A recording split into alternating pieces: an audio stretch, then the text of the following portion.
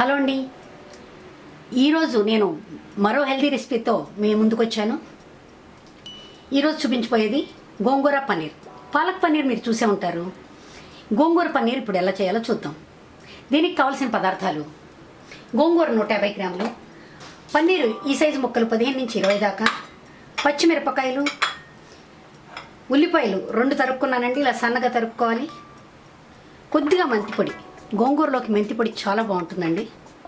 ధనియాల పొడి 1 స్పూన్, జీలకర్ర పొడి 1 స్పూన్, జీలకర్ర కొద్దిగా, నూనె, పసుపు, ఉప్పు, కొద్దిగా బటర్ అండి, చివర్లో 1 చిన్న స్పూన్ వేసుకోవడానికి.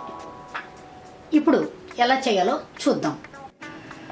ముందుగా స్టవ్ వెలిగించుకొని బాండీలో 1 టేబుల్ స్పూన్ ఆయిల్ వేసుకొని దానిలో మనం ఇందాక తీసుకున్న జీలకర్రలో కొద్దిగా దీనిలో వేసుకోవాలండి, హాఫ్ వేసుకోండి.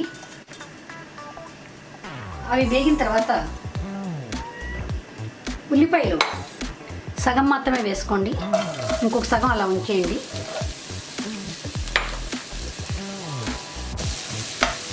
గోంగూర వేసుకుందామండి.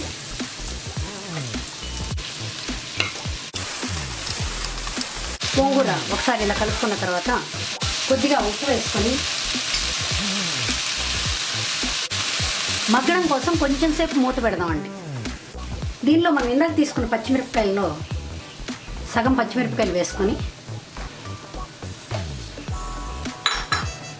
ఒక్కసారి కలుపుకొని మూత పెడదామండి. ఒక్కసారి మూత తీసుకొని కలుపుకుందామండి. తిరిగి ఇంకొంచెం మగ్గే వరకు మూత పెట్టుకుందాం. ఇప్పుడు గోంగూర ఎలా ఉందో చూద్దామండి. బాగా మగ్గిపోయిందండి. ఇప్పుడు స్టవ్ ఆఫ్ చేసుకొని దీన్ని చల్లారించాం. ఇప్పుడు ఈ చల్లారిన గోంగూరని మిక్సీ గిన్నెలో వేసుకొని మెత్తగా గ్రైండ్ చేసుకోవాలండి. గ్రైండ్ చేసే ముందు కొద్దిగా నీళ్లు పోసుకొని గ్రైండ్ చేద్దామండి. ఇప్పుడు బాండీలో 1 టేబుల్ స్పూన్ ఆయిల్ వేసుకొని ఇందాక ఉంచుకున్న జీలకర్ర వేయాలండి. జీలకర్రని కొంచెం వేగనిచ్చి ఉల్లిపాయలు,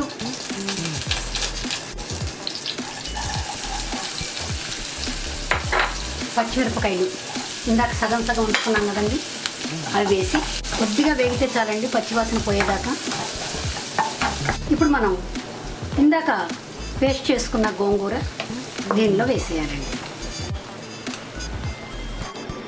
కొంచెం వాటర్ కూడా యాడ్ చేసుకుందామండి.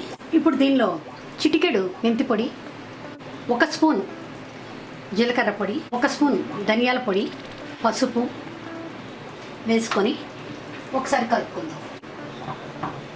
దీనిలో పన్నీర్ ముక్కలు యాడ్ చేద్దామండి. ఎవరికైనా ఎండుకారం కావాలంటే వేసుకోవచ్చండి. ఇది ఒక 5 నిమిషాలు బాగా ఉడకనివ్వాలండి, అప్పుడు పన్నీర్ మెత్తపడుతుంది. ఉడకటం మొదలైంది. మూత పెట్టక్కర్లేదండి, మధ్య మధ్యలో ఇలా కలుపుకుంటూ ఉంటే సరిపోతుంది. ఇప్పుడు దీనిలో చిన్న టేబుల్ స్పూన్ బటర్ వేద్దామండి. ఉప్పు సరిపోకపోతే మీరు కొద్దిగా ఉప్పు యాడ్ చేసుకోవచ్చు.